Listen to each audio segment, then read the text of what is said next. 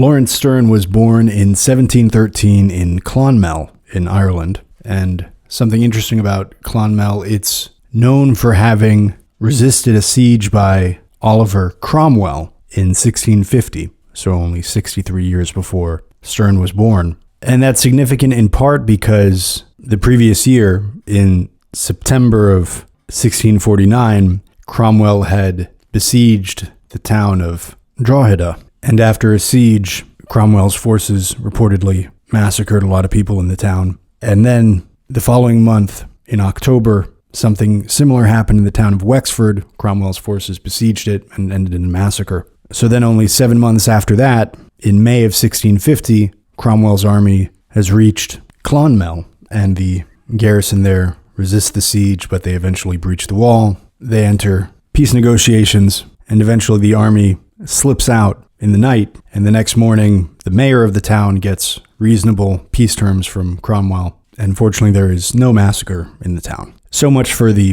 place of Sterne's birth. As for the year, it's worth noting that it's the same year as the death of the Italian composer Arcangelo Corelli and of the birth of Denis Diderot. So Sterne and Diderot share the same year of birth, which is 1713. Sterne did political writing for the York Gazetteer, a newspaper, supporting the administration of Sir Robert Walpole, who's a significant British politician from history. He's generally regarded as the first de facto prime minister of Great Britain, and Sterne wrote articles, apparently many of them anonymous, in support of that administration. He was also an Anglican clergyman, and he wrote many sermons. 45 of them were published in 2 editions during his life, which I read outsold everything else, but that must have been during his lifetime. I think since then, Tristram Shandy is probably his best-selling work. And he started writing it when he was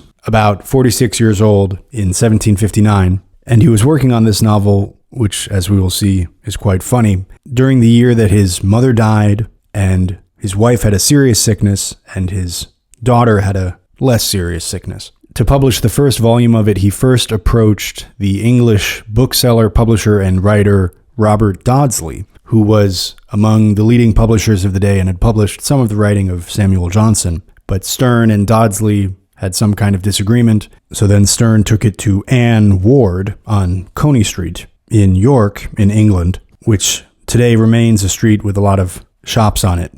And Ward ended up publishing it, it seems, in December of 1759, though I've also seen 1760 given as the year. And the publication of the book made Sterne famous both in London and in continental Europe, and it got him an appointment as curate of St. Michael's Church in Yorkshire, which included living for the remaining 8 years of his life from 1760 to 1768 in a home in North Yorkshire that is today maintained as a museum commemorating his life and work. And the building was apparently originally built in around 1430 for the local priest, but then when Sterne began to live there, he made a bunch of modifications to it with some of the money that he earned from Tristram Shandy and his other writings, which include A Sentimental Journey Through France and Italy, a book called A Political Romance, and The Journal to Eliza.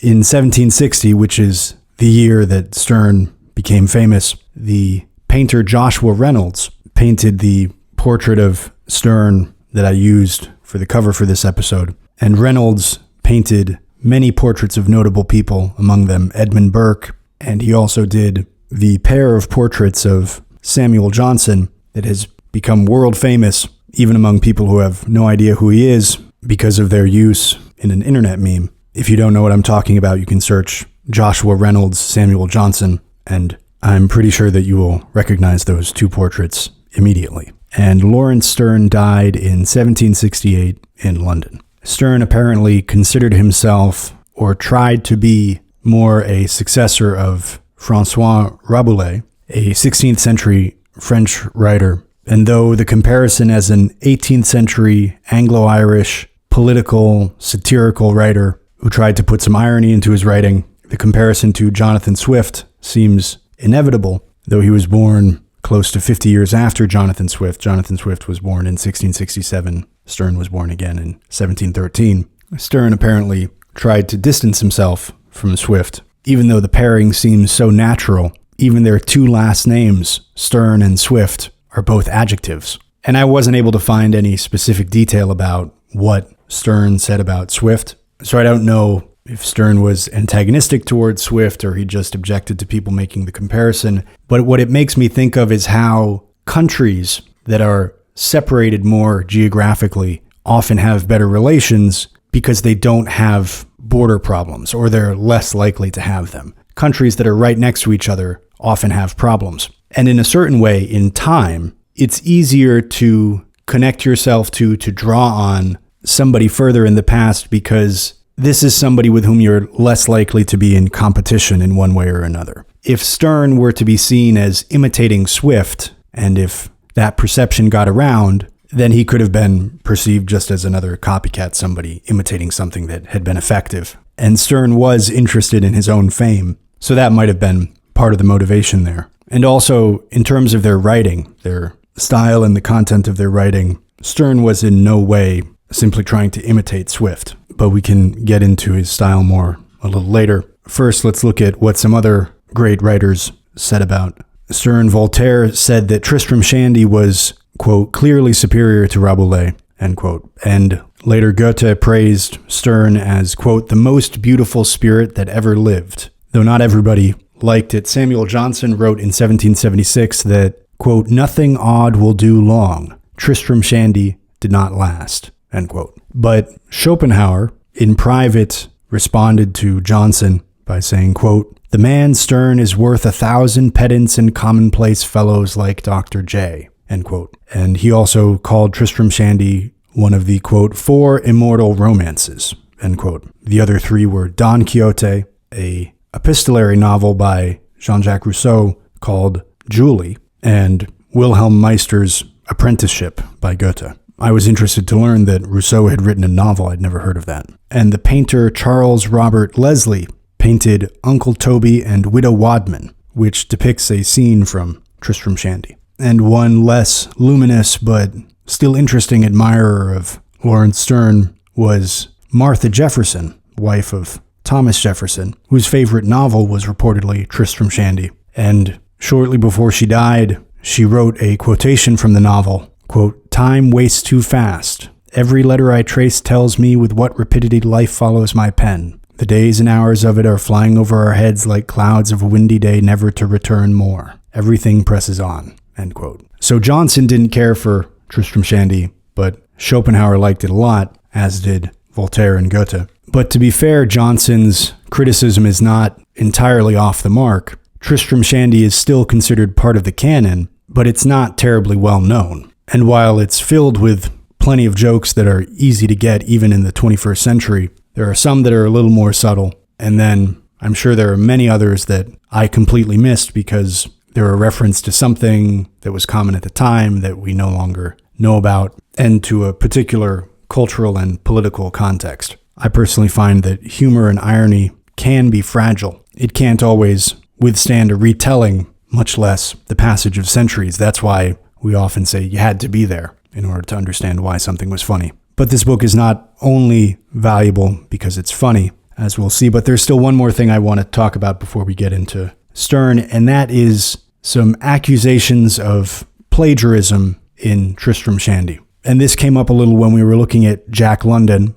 but my probably uncontroversial position on this is that accusations of plagiarism in a writer are very serious and need to be evaluated carefully. But it's the kind of thing that once somebody has said it about you, it can be hard to shake because it's difficult to evaluate, and there are so many writers about whom no such claim has ever been made, so people are sometimes inclined to skip over the discussion whenever they hear the word and read something else instead. But the first person to record having noticed uncited similarities to other writers in Tristram Shandy was John Ferrier, a Scottish physician and poet, and at that time chair of the Portico Library in Manchester. Ferrier was born, just for reference, in 1761, about 50 years after Sterne was born, about 2 generations later. It took a long time for anyone to notice. And apparently there are lines drawn from Robert Burton's The Anatomy of Melancholy, Francis Bacon's Of Death, lines from Rabelais and others. And Sterne apparently rearranges them and uses them to serve a new purpose. And Ferrier, again, the first guy to notice this, himself wrote, quote, "If the reader's opinion of Sterne's learning and originality be lessened by the perusal, he must at least admire the dexterity and the good taste with which he has incorporated in his work so many passages written with very different views by their respective authors." End quote. So even the first guy to notice this didn't seem to think it was a very big deal. And he points out how bringing in these other writers reflects a dexterity and good taste. And I tried to find a list of all of the examples connecting this passage in Tristram Shandy to that passage in this or that writer. And I'm sure one exists, but I couldn't find it. I found a couple academic papers on this topic. One of them was by one Graham Petrie, who coincidentally died only 4 months ago, and wrote in 1970 an article about this titled "A Rhetorical Topic in Tristram Shandy." If you're interested, you can go look it up. And he seems to go even a step further and maybe be arguing that Sterne's usage of these other writers is not only acceptable, but even artistic in how he uses them. And an example that he gives is that he takes the form of a eulogy, a type of eulogy that was given at the time, and he twists it up in a funny way while still keeping a general format that was used at the time. So he's kind of using a parody of a eulogy, which when there's a death in the story, this is a way to, Petrie argues, deal with this death, a very unfunny topic, in a way that's still a little bit funny, or might have been funny to readers at the time. And his use of Robert Burton there is in part to make fun of this character, Tristram's father, who's sometimes a bit pompous and into his own knowledge and gives weighty quotations to support what he's saying. And that's basically what Robert Burton's Anatomy of Melancholy is. A lot of weighty quotations about various topics. And it's worth noting that that passage in particular that uses Robert Burton or a line or a thought from him without mentioning him begins with this, quote, "'Tis either Plato or Plutarch or Seneca or Xenophon or Epictetus or Theophrastus or Lucian, or someone perhaps of later date, either Cardan or Boudet or Petrarch or Stella, or possibly it may be some divine or father of the church, St. Austin or St. Cyprian or Barnard, who affirms that it is an irresistible and natural passion to weep for the loss of our friends or children." End quote. And the line there taken from Burton is that last bit. It is an irresistible and natural passion to weep for the loss of our friends or children. And he begins with this long list of writers and thinkers who he says may have been the ones to have said this. And to be honest, me looking at this case, and I'm not a Sterne scholar, and maybe I don't even totally understand this example, but it seems totally plausible to me that him not saying the writer, who it is part of the joke. There's two possible explanations here. One is that he was writing very fast, and certainly the early volumes of this novel he was writing very quickly, and he maybe couldn't remember where he had read this, and he was trying to write down who it might have been, because it wasn't as easy to find this kind of thing in those days. He could remember the quote, but he couldn't remember where it was from. And so he did write down a bunch of people whom he thought it might be, and he missed the one who it was. That's one possible explanation. But the other one, which seems equally if not more plausible, is that that's part of the joke, that he lists all these writers, and he doesn't say the writer who it actually is. And this was kind of a wink at either the more learned of his readers, who would have known who said that, because this was a quote that floated around at the time, or most people would have gotten it anyway for the same reason. And again, I don't know if there are other more egregious examples, but if this is the kind of uncited reference that's in there, these also don't seem like a very big deal to me, for two more reasons. One is that this is not primarily a book of philosophy. It's not as if he's making a case and he's stolen arguments from somewhere without citing them. And also, it's not as if some crucial bit of drama, some plot structure or idea, was taken from some other story. It seems that the examples of these references are secondary flourishes in the book, without which it would have been fine. Also, the book is studded with references to historical and literary figures, so it doesn't seem that there's any particular reason that Sterne would have intentionally left out a few, especially when he mentions, for example, Rabelais plenty in the text. He does mention Bacon at least once. I can't remember that he mentions Burton anywhere, but there are so many references I could have missed it. And just as a small sample of the writers and figures who are mentioned explicitly in the book, those include Archimedes, Aristotle, Avicenna, Cicero, Cervantes, Copernicus, Grotius, Hippocrates, Horace, Joseph Addison, John Locke, Martin Luther, Pascal, Plato, Pliny, Plutarch, Pythagoras, Rabelais, Raphael, Seneca, Shakespeare, Socrates, and a bunch of others. And in such a book, the absence of Burton seems likely to have been intentional, especially because so much of the book parodies a kind of 17th century, 18th century style of learned writing, of which Burton maybe could be considered an example. So if somebody could show me connections in Tristram Shandy that are qualitatively different from this kind of thing, then I would reevaluate, but what I've seen so far doesn't worry me much. Now, in the 19th century, Victorian critics who were already opposed to Sterne because of what they considered obscenity in his writing used Ferrier's findings to discredit Sterne, say he was artistically dishonest, and accuse him of a kind of mindless plagiarism, just pulling from here and there to throw a book together that wasn't worth anything. And for reasons I haven't even been able to get to yet, this is an interesting and strange book, and I think the Victorians would have been on firmer footing if they had simply said, this book is obscene, people shouldn't read it, rather than to try to tack on the plagiarism charge as well. Because there's no doubt that this book is pretty startling as far as mid-18th century writing goes in terms of the content of what's in there. It's of course tame by 21st century standards, but the double entendre, sexual innuendo, open references to sex are present, as is a certain amount of profanity, much of which is censored. That is, Sterne will give the first letter of a profanity, and then the rest of it will be marked out with a long dash, but it's clear by the context what word is meant there. And often when people talk about Victorian sexual norms, they think of it or talk about it as if we have progressed away from bad restrictions. That's the kind of terminology that's used. Progress, restriction, sexual inhibition,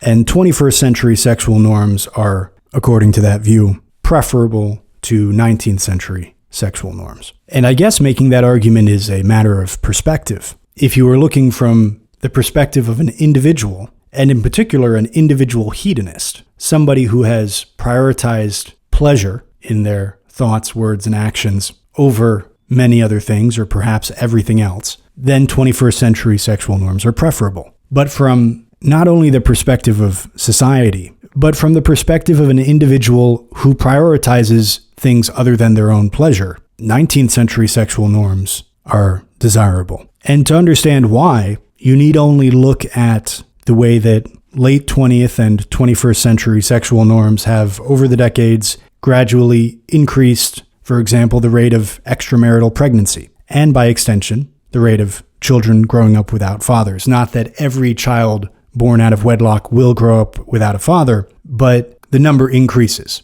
If children are only born to married parents, the percentage of children who grow up without a father will be this number, whatever it is. And it won't be zero because sometimes fathers die or something happens. But as the number of extramarital births increases, there will be more and more children growing up without fathers because some men will stick around or then get married afterwards, or now do this weird thing, which is they'll stay together with somebody for decades and not be married. And that's certainly better for the children than the man just leaving. But if he also has a girlfriend or something, then that's going to confuse the kids also. Anyway, those different variations of how this can play out don't matter so much. We can just start from sex outside of marriage leads to children born outside of marriage. And the numbers are in. Children who grow up without fathers are more likely to end up in poverty, to drop out of school, to become addicted to drugs, to end up in prison, and perhaps, most important of all, to themselves have children out of wedlock. And that last one might be the most important because it causes the behavior pattern, we might also say cultural rot, to spread further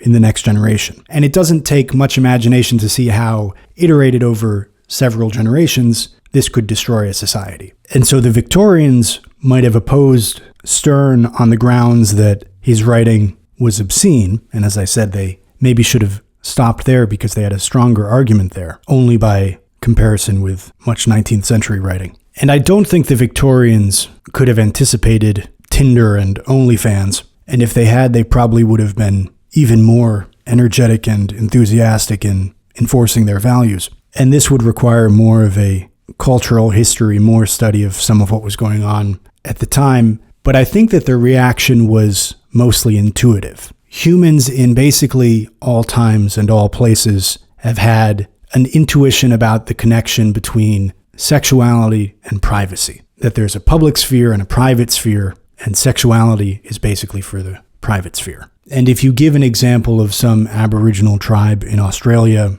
where it's customary to have sex in full view of the other members of the tribe, then that's really the exception that proves the rule, because all civilizations share this trait. That is, all centers of culture, whether East Asian or West Asian or European, places where they started doing agriculture and built cities and had writing and social stratification and all the things that come with what we call civilization. All those places share this characteristic. And another flaw with the view about sexual norms, I don't even really like that phrase, quote, progressing since the 19th century, is that it assumes a kind of linearity, that as you go further back in time, you get more and more conservative sexual behavior. And that doesn't necessarily follow at all. At least if you take the writing from a given time period as a reflection of the culture, you find, for example, that the Middle Ages, that the Decameron, the Canterbury Tales, have scenes that would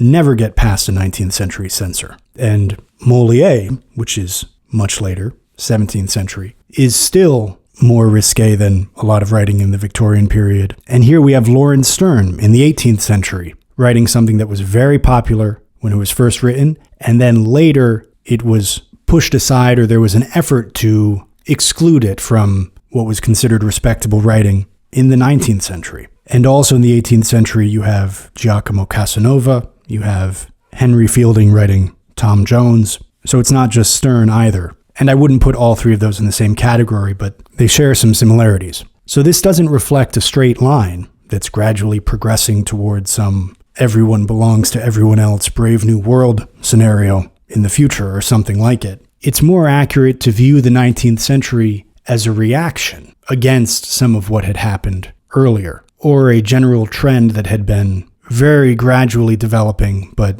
mostly unchecked up to that point. And there's a fair amount in the public discourse about sustainable technological practices. What's sustainable in terms of energy consumption or technology? But we need also think about sustainable cultural and social practices. Is the sexual culture of the 21st century sustainable in the long term? And if it isn't, how much can we blame Victorians for trying to keep their society from changing into it? And of course, to totally hold that position, you'd have to also argue that the very mild innuendos in Tristram Shandy will gradually normalize this kind of degenerate sexual behavior. And I use the word degenerate technically to mean causing a loss of life or inhibiting the growth of life, because if sex outside of marriage inhibits family formation, a family starting from two people who are committed to raising children together, and instead leads to the promulgation of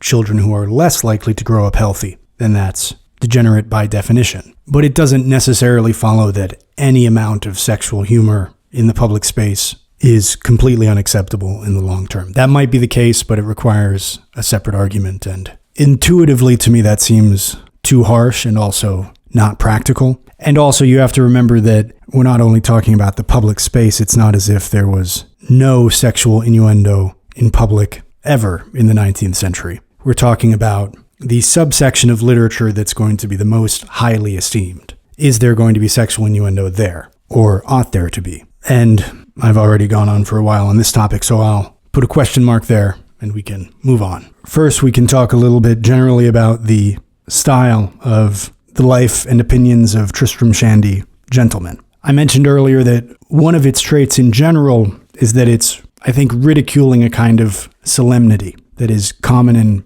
writing at the time. And this book could be read at any time, but I think it would be more enjoyable if you've read some English writing from the 18th century, particularly if you've done so relatively recently, and maybe you want to take a break, read something a little bit lighter, a little bit crazier. Because it's funny to read a book that is written in that tone of voice, but it's talking about all kinds of wacky things. But basically, it's this guy trying to tell the story of his life. He's trying to write his autobiography, but he keeps going on these long, wandering digressions. That's another one of the running jokes, is that the story hardly progresses at all because he keeps getting sidetracked by things. For example, it's supposed to be the story of the guy's life, but you don't even get to his birth until volume 3, and the preface is somewhere way into the book. It's not at the beginning of the book where it should be.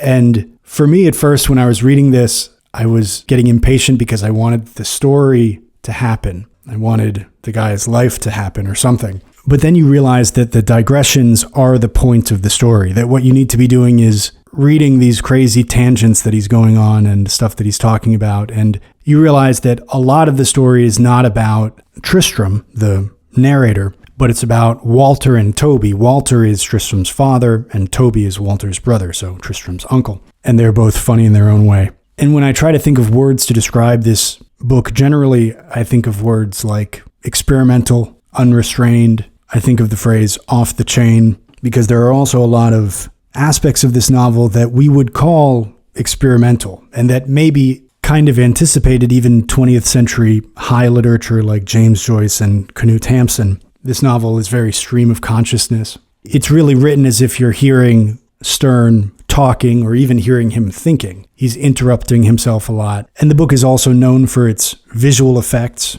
There's lines scribbled in it. There are 2 pages of marble, and you'll have to read the book to understand what those are about. There's effects where 2 people are speaking at the same time, and then they say the same thing. Like the beginning of their sentence is different, but the end of it is the same. And he illustrates that by having the words laid out on the page in a certain way that's not typical. It's hard to describe, but it's easy to understand when you look at it. And when you see something like that in a book, we're inclined to call it experimental. But Sterne might have just said to himself, I'm going to put in my book whatever the heck I want to put in it. And he clearly was somebody who had read a lot of very serious and somber writing. So he wasn't doing it out of ignorance. But I don't think he was thinking about art and experimentation. I think he was thinking about satire and parody and having fun. And one effect of when you're looking at the book and there's a line scribbled on the page or the preface is out in the middle of the book somewhere is that it is a kind of breaking of the fourth wall. It makes you suddenly very aware that you're reading a book and this guy is writing to you. But he also makes you feel that not only with those visual effects, but with the writing itself. And part of also what makes it effective is that there's this humor in the book that's alongside what is clearly a very strong 18th century education and familiarity with the canon. He mentions a lot of figures from history, as I mentioned, and literary figures. There are quotations in Latin, French, and at least a few words or phrases in Greek. I don't know how much he spoke of those languages, but the book demonstrates that he was at least able to use them in a limited way. He might have known them much better. It wasn't easy for me to find that information. But so then you bring these 2 things together, this erudition and this sense of irony, and you get a really nice, unusual book that I'll definitely want to read again someday. And sometimes when we hear the word satire, or that a book is satirical, we're sometimes inclined to take it less seriously, or we don't think of it as a serious book. And a phrase that comes up a lot in the book is wit and judgment. And Sterne is often talking about how wit and judgment can never go together. And I almost wonder if he had heard that kind of as a cliche. I'm sure I've heard that somewhere else as well. I can't think of where. I wonder if he had heard that and wanted to oppose it, that he was maybe trying to bring together wit and judgment in a certain way in this book, though he's not obviously making a general argument for something. And also, as we try to position this book where it ought to go, we should remember that parody and satire both require very subtle observations of life and of people, which is one of the things that we expect from great writers. The reason why passages in this book are funny is often because Sterne has observed a way that a certain kind of person does a certain kind of thing, and he's presented that in a very clever way, which is not at all easy to do, and he does it repeatedly. And this book also made me think about how, like Tristram Shandy, we're all trying to put our lives into some kind of narrative. We're trying to write the story of our lives somehow, to make it be connected in some kind of logical way. But the reality of life makes that largely an illusion. There's all kinds of digressions and things that we get caught up in and sidetracked, and it's very rarely, if ever, even for a short period, a very straight line. And so the book is also a nice reminder to not take ourselves too seriously, and that there's plenty of joy to be had in taking ourselves and our work lightly. But now we can get into some passages from the life of Tristram Shandy, gentleman. And I just said that he doesn't make a large philosophical argument, but in certain places, what might be Sterne's personal philosophy comes through. And in this first passage, he talks about how he takes himself and his life very lightly. And he begins with a Latin quote that is the origin of the saying, "There's no accounting for taste." That's how it's usually translated, but he translates it a little differently. Sterne writes, quote, "De gustibus non est disputandum." That is, there is no disputing against hobby horses. And for my part, I seldom do. Nor could I with any sort of grace, had I been an enemy to them at the bottom, for happening at certain intervals and changes of the moon to be both fiddler and painter according as the fly stings. Be it known to you that I keep a couple of pads myself, upon which in their turns, nor do I care who knows it, I frequently ride out and take the air. Though sometimes, to my shame be it spoken, I take somewhat longer journeys than what a wise man would think altogether right. But the truth is, I am not a wise man. And besides, am I a mortal of so little consequence in the world, it is not much matter what I do. So I seldom fret or fume at all about it. End quote. And he puts the dedication of the book up for sale. In older books, the writer will often dedicate the book to this or that lord or patron, the person who's paying for the book. And Sterne writes out a long dedication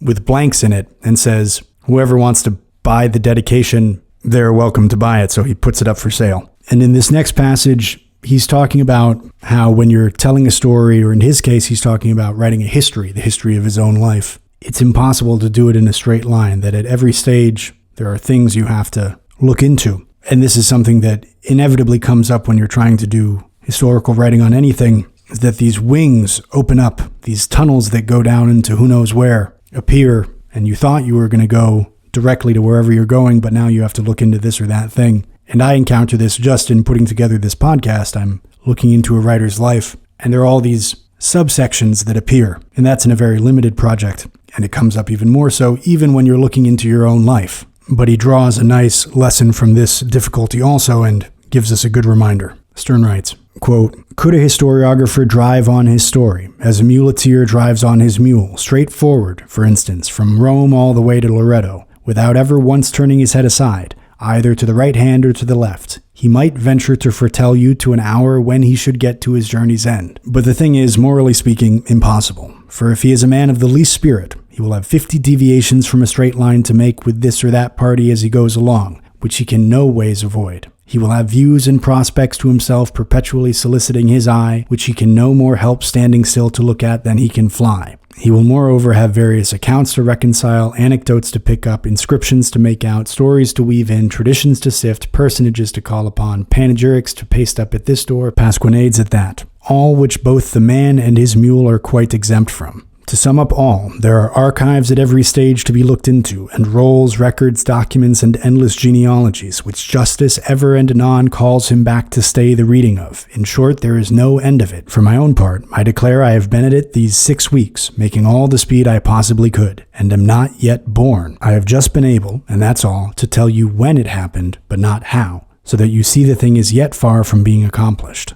These unforeseen stoppages, which I own I had no conception of when I first set out, but which I am convinced now will rather increase than diminish as I advance, have struck out a hint which I am resolved to follow, and that is, not to be in a hurry, but to go on leisurely, writing and publishing 2 volumes of my life every year, which, if I am suffered to go on quietly, and can make a tolerable bargain with my bookseller, I shall continue to do as long as I live." End quote. And he has lots of goofy passages, kind of like this next one. And here he mentions Momus, who in Greek mythology is the personification of satire and mockery. Sterne writes, quote, "I have a strong propensity in me to begin this chapter very nonsensically, and I will not balk my fancy. Accordingly, I set off thus. If the fixture of Momus's glass in the human breast according to the proposed emendation of that arch critic had taken place, first this foolish consequence would certainly have followed, that the very wisest and very gravest of us all in one coin or another must have paid window money every day of our lives."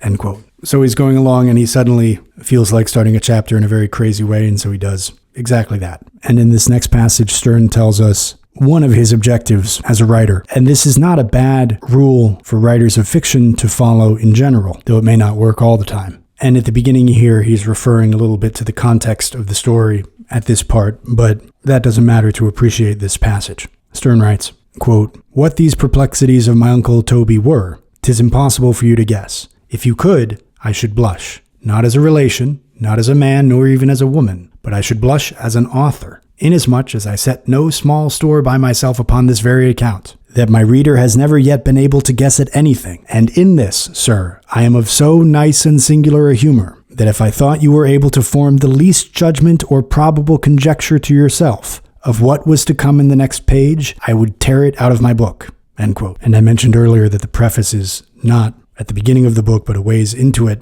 and when he gets to it, he talks a little bit more about his goal in writing his book, but he keeps it short. He writes, quote, "The author's preface. No, I'll not say a word about it. Here it is. In publishing it, I have appealed to the world, and to the world I leave it. It must speak for itself. All I know of the matter is, when I sat down, my intent was to write a good book. And as far as the tenuity of my understanding would hold out, a wise, aye, and a discreet, taking care only, as I went along, to put into it all the wit and the judgment, be it more or less, which the great author and bestower of them had thought fit originally to give me, so that, as your worships see, 'tis just as God pleases." End quote. And that's a worthwhile model to follow also. He says specifically that he took care only to put into it all the wit and judgment that the great author and bestower, that is, that God, that fortune, gave him. That was his goal. Whatever he had in him, he was going to try to put it into this work that he was doing. And this kind of framing comes up in other words. We sometimes say, giving something everything you have.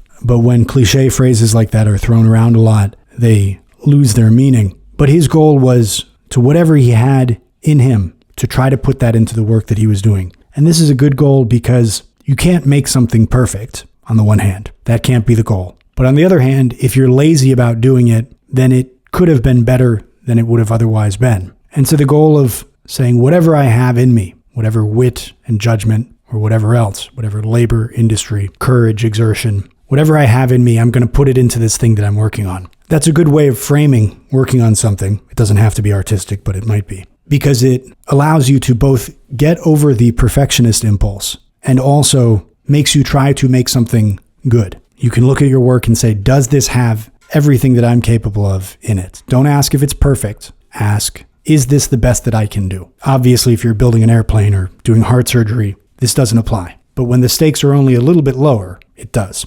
And it's the kind of approach that in the long term, it will give you good results. It might not work every time, but more often than not, it will get you something good. And apparently this was the framing that Sterne used when he was writing this novel over 250 years ago, and we're still reading and discussing it today. Later writing of Wit and Judgment, he says, quote, "Now these two knobs, or top ornaments of the mind of man, which crown the whole entablature, being, as I said, wit and judgment, which of all others, as I have proved it, are the most needful, the most prized, the most calamitous to be without, and consequently the hardest to come at. For all these reasons put together, there is not a mortal among us so destitute of a love of good fame or feeding, or so ignorant of what will do him good therein, who does not wish and steadfastly resolve in his own mind to be, or to be thought at least, master of the one or the other, and indeed of both of them, if the thing seems any way feasible, or likely to be brought to pass." End quote. In this next passage, he's talking about how the hinge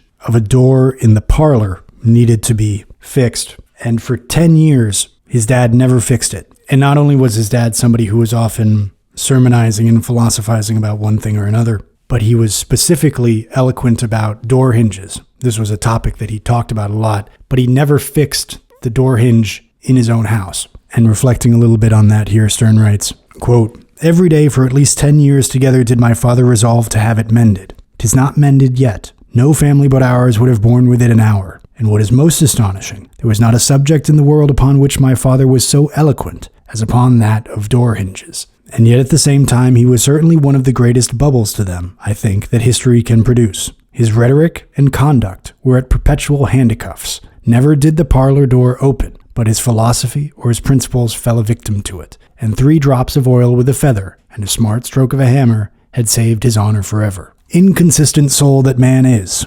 languishing under wounds which he has the power to heal, his whole life a contradiction to his knowledge, his reason, that precious gift of God to him, instead of pouring in oil, serving but to sharpen his sensibilities, to multiply his pains, and render him more melancholy and uneasy under them. Poor unhappy creature, that he should do so. Are not the necessary causes of misery in this life enough, but he must add voluntary ones to his stock of sorrow, struggle against evils which cannot be avoided, and submit to others which a 10th part of the trouble they create him would remove from his heart forever." End quote. Right before this next passage, he was trying to decide when to tell a certain part of the story. He's thinking, I could tell it now, but that might mess something up in the future. I could tell it later, and that could mess it up now. How should I handle this? And he addresses, the phrases he uses, the powers which enable mortal man to tell a story worth the hearing. And I think this is a little wink at how in the beginning of the Iliad and the Odyssey, and I think at the beginning of the Aeneid,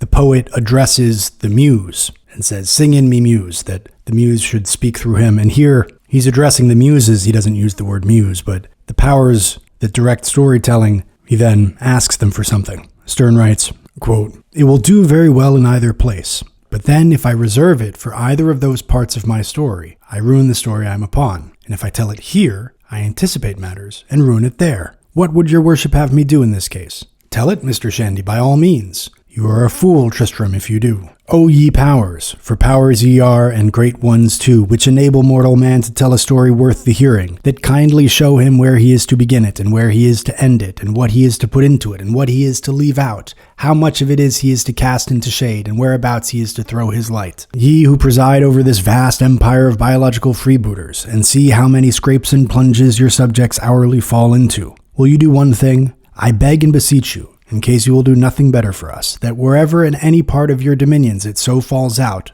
that 3 several roads meet in one point, as they have done just here, that at least you set up a guidepost in the center of them, in mere charity, to direct an uncertain devil which of the 3 he is to take." End quote. In this next passage, he brings up this problem of defining the most relevant terms under consideration in a philosophical treatise or another kind of book, carefully defining the word that's under the most consideration so that you and the reader are sure that you're talking about the same thing. And then he does this grandiose vamping before he gets to the definition of the word that's the most relevant to the section of the book that he's in, and that's the definition of a nose. Sterne writes, quote, "Now before I venture to make use of the word nose a second time, to avoid all confusion in what will be said upon it in this interesting part of my story, it may not be amiss to explain my own meaning, and define, with all possible exactness and precision, what I would willingly be understood to mean by the term, being of opinion that 'tis owing to the negligence and perverseness of writers in despising this precaution, and to nothing else,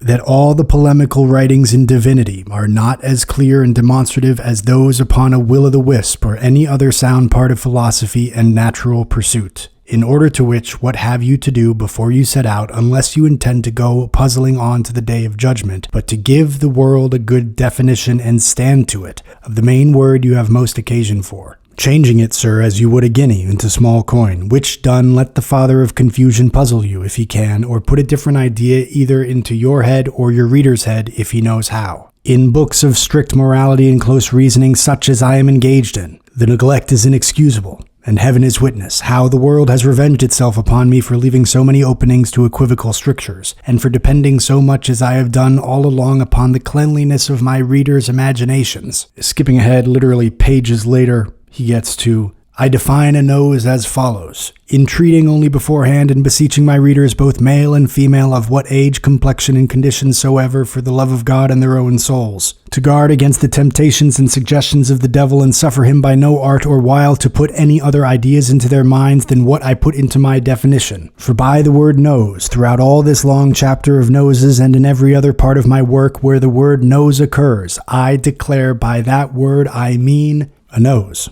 and nothing more or less." End quote. And in this next passage, he's talking about reasoning or ratiocination and the value of it. And he gives a funny description of what it is. He says that it's a means of comparing two things by way of a third, the way that you could measure two bowling alleys without having to put them side by side next to each other. And he says that animals reason by their noses and angels reason by intuition, but man reasons by logic, by the syllogism, by ratiocination. Sterne writes, quote, "The gift of ratiocination and making syllogisms, I mean in man, for in superior classes of being, such as angels and spirits, 'tis all done, may it please your worships, as they tell me, by intuition, and beings inferior, as your worships all know, syllogize by their noses. Though there is an island swimming in the sea, though not altogether at its ease, whose inhabitants, if my intelligence deceives me not, are so wonderfully gifted as to syllogize after the same fashion, and oft times to make very well out too. But that's neither here nor there. The gift of doing it as it should be amongst us, or the great and principal act of ratiocination in man, as logicians tell us, is the finding out the agreement or disagreement of two ideas one with another, by the intervention of a third, called the medius terminus, just as a man, as Locke well observes, by a yard finds two men's 9-pin alleys to be of the same length, which could not be brought together to measure their equality by juxtaposition." End quote. At one point he gets into a parody of theological debate, and different groups are arguing about a certain character's nose and whether it would be possible for God to create such a nose.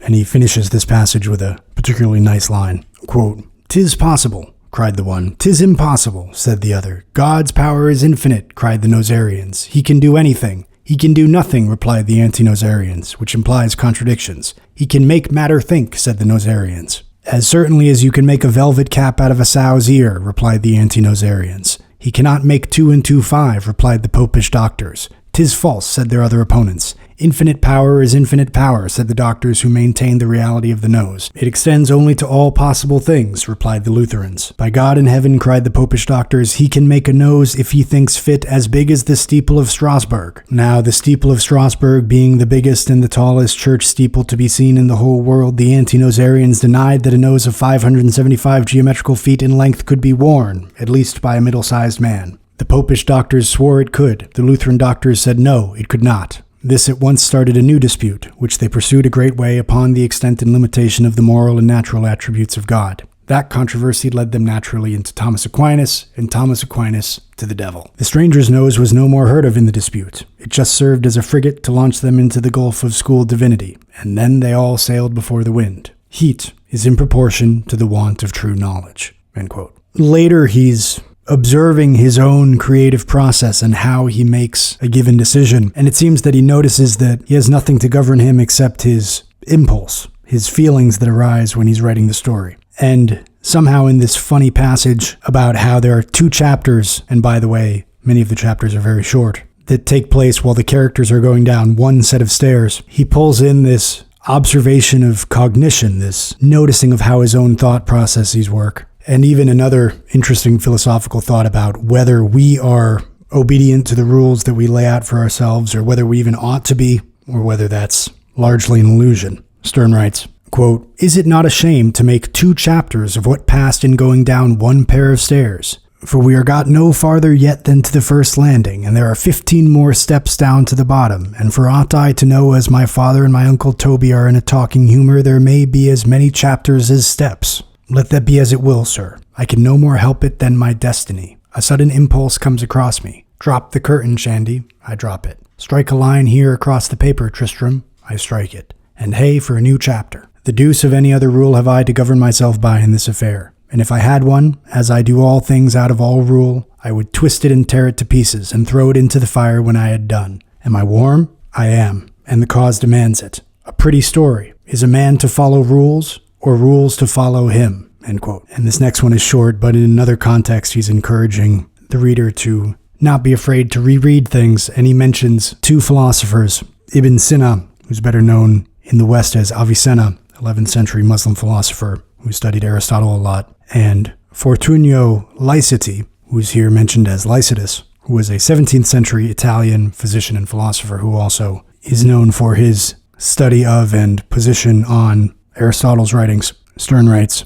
quote, "But to understand this, which is a puff at the fire of Diana's temple, you must read Longinus. Read away. If you are not a jot the wiser by reading him the first time over, never fear, read him again. Avicenna and Lycidas read Aristotle's Metaphysics 40 times through a piece and never understood a single word." End quote. And elsewhere, in a line that is almost a throwaway, but which I think reflects part of Sterne's worldview, he says, quote, "Everything in this world, said my father, is big with jest and has wit in it, and instruction too, if we can but find it out." End quote. In one passage, talking about how one of the main characters, Uncle Toby, dismounted a horse, Sterne writes, quote, "There is an indignant way in which a man sometimes dismounts his horse, which as good as says to him, 'I'll go afoot, sir, all the days of my life before I would ride a single mile upon your back again.' Now my Uncle Toby could not be said to dismount his horse in this manner, for in strictness of language, he could not be said to dismount his horse at all. His horse rather flung him, and somewhat viciously, which made my Uncle Toby take it 10 times more unkindly." End quote. In another short line, he says elsewhere,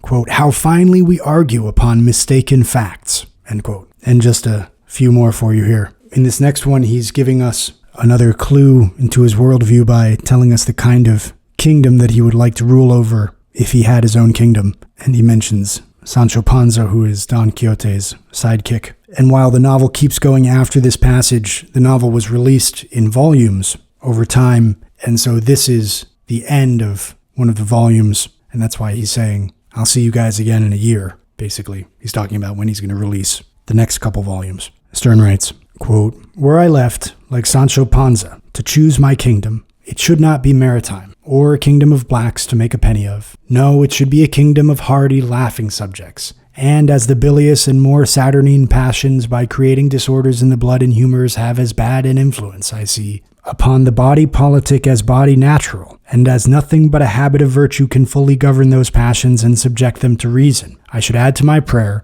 that God would give my subjects grace to be wise as they were merry, and then should I be the happiest monarch, and they are the happiest people under heaven. And so with this moral for the present, may it please your worships and your reverences, I take my leave of you till this time 12-month, when, unless this vile cough kills me in the meantime, I'll have another pluck at your beards, and lay open a story to the world you little dream of." End quote. Here he's talking about the value and use of learning and knowledge, and he lays down an interesting challenge that's worth thinking about. He writes, quote, "Tell me, ye learned, shall we forever be adding so much to the bulk, so little to the stock? Shall we forever make new books, as apothecaries make new mixtures, by pouring only out of one vessel into another? Are we forever to be twisting and untwisting the same rope, forever in the same track, forever at the same pace? Shall we be destined to the days of eternity, on holy days as well as working days, to be showing the relics of learning, as monks do the relics of their saints,